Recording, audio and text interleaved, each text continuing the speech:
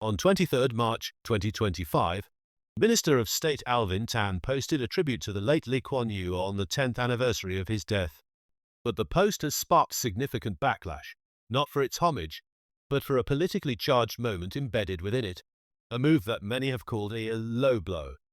Tan, who has served as Minister of State in both the Ministry of Trade and Industry and the Ministry of Culture, Community and Youth since 2020, began by praising Lee's legacy and describing how it inspired him to enter politics.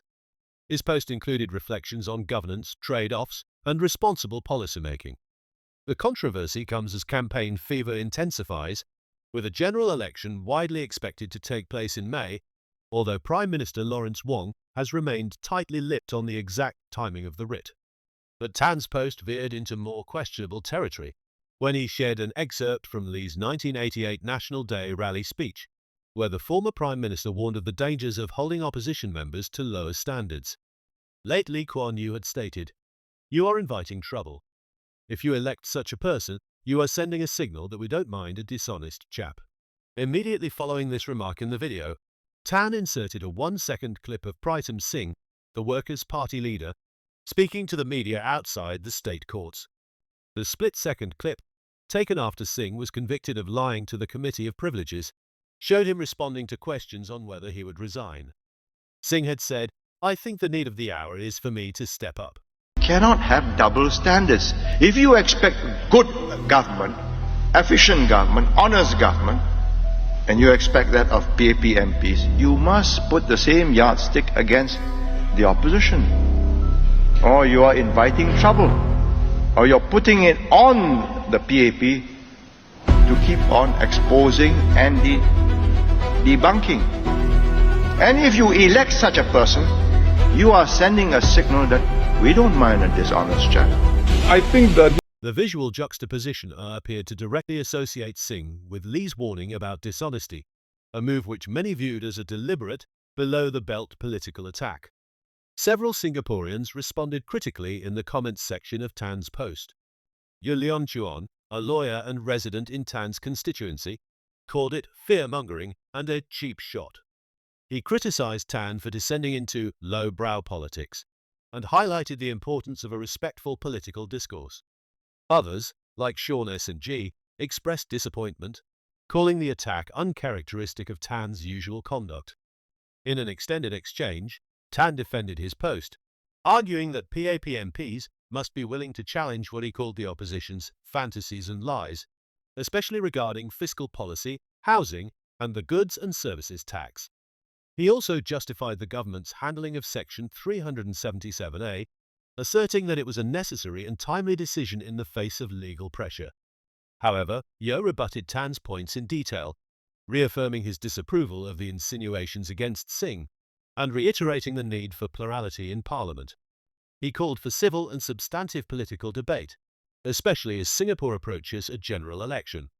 The incident has prompted comparisons with another recent controversy involving Minister for Culture, Community and Youth Edwin Tong.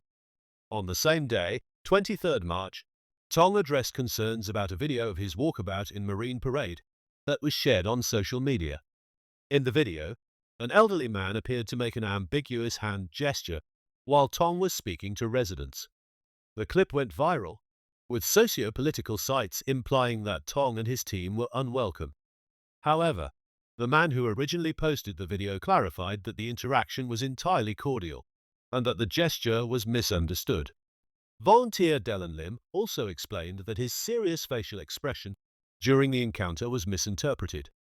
Tong responded by stating that the clip had been used out of context to push an agenda for a political objective.